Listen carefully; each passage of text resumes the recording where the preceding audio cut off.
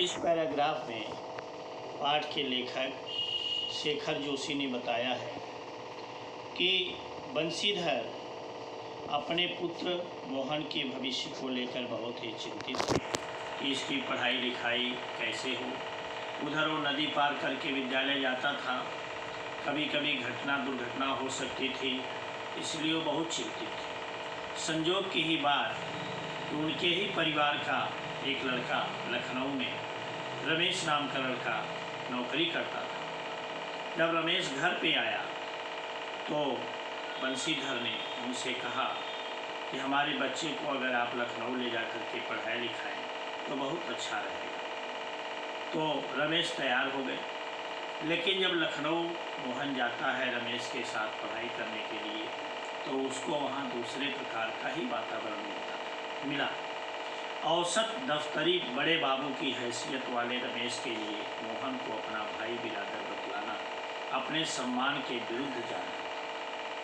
रमेश को बंशीधर से कह करके मोहन को अपने साथ लखनऊ ले गया, लेकिन रमेश अपने ऑफिस में बड़े बाबू के पद पर था, इसलिए अगर वो कहीं भी मोहन को अपना भाई बिरादर बताता था तो उसको अपने सम्मान के विरुद्ध लगता था, इसलिए उसे घरेलू नौकर से अधिक हैसियत वह नहीं देता था। इसलिए वो पढ़ने के लिए तो गया था मोहन उसके घर रह करके, लेकिन उसके साथ जो व्यवहार होता था वो एक नौकर की तरह से होने लगा था। इस बात को मोहन भी समझने लगा था। मोहन को यह आभास होने लगा था कि मैं यहाँ पढ़ने आया हूँ, लेकिन मुझको तो यहाँ मुझसे केवल काम कराया जाता है।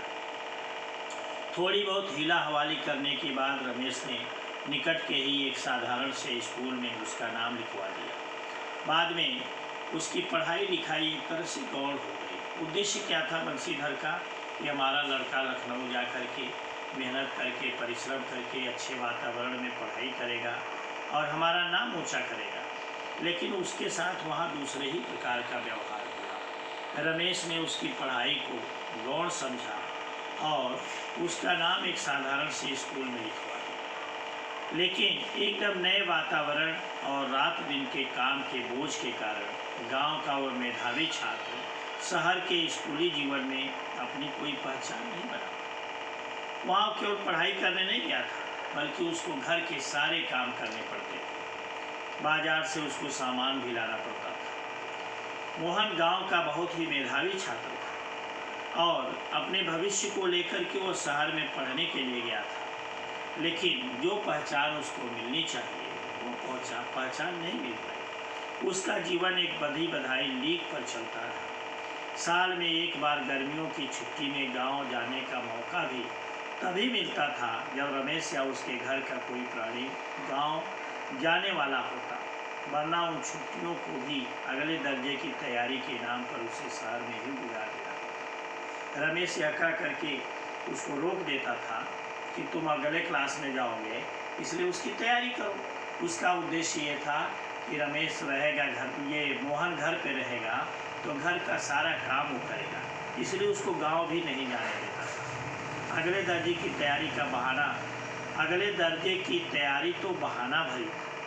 सवाल रमेश और उसकी गृहस्थी की सुविधा असुविधा का, उसके घर का कामकाज कैसे हो रहा है, इसलिए वो मोहन को गांव नहीं जाने देता था। मोहन ने परिस्थितियों से समझौता कर लिया था, क्योंकि और कोई चारा नहीं था।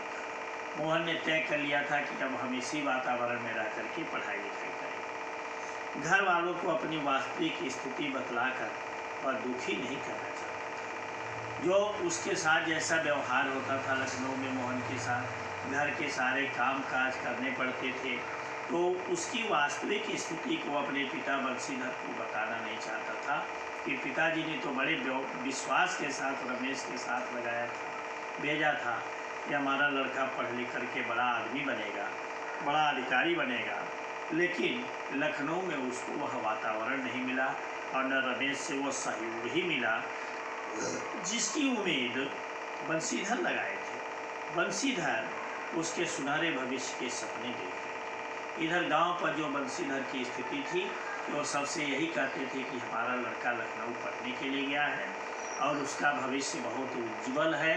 वो एक दिन पढ़ लिख करके बहुत बड़ा अधिकारी बनेगा। इसी सपने को सजोए हुए बंसीधर अपना जीवन बिता रहे थे। लोगों से अपने पुत्र की प्रशंसा कर रहे थे, बड़ाई कर रहे थे। इससे संबंधित हमने असाइनमेंट बना करके व्हाट्सएप पर डाल दिया है और आप उस पर अर्थ ग्रहण संबंधी प्रश्न को देखकर उसका उत्तर लिखें।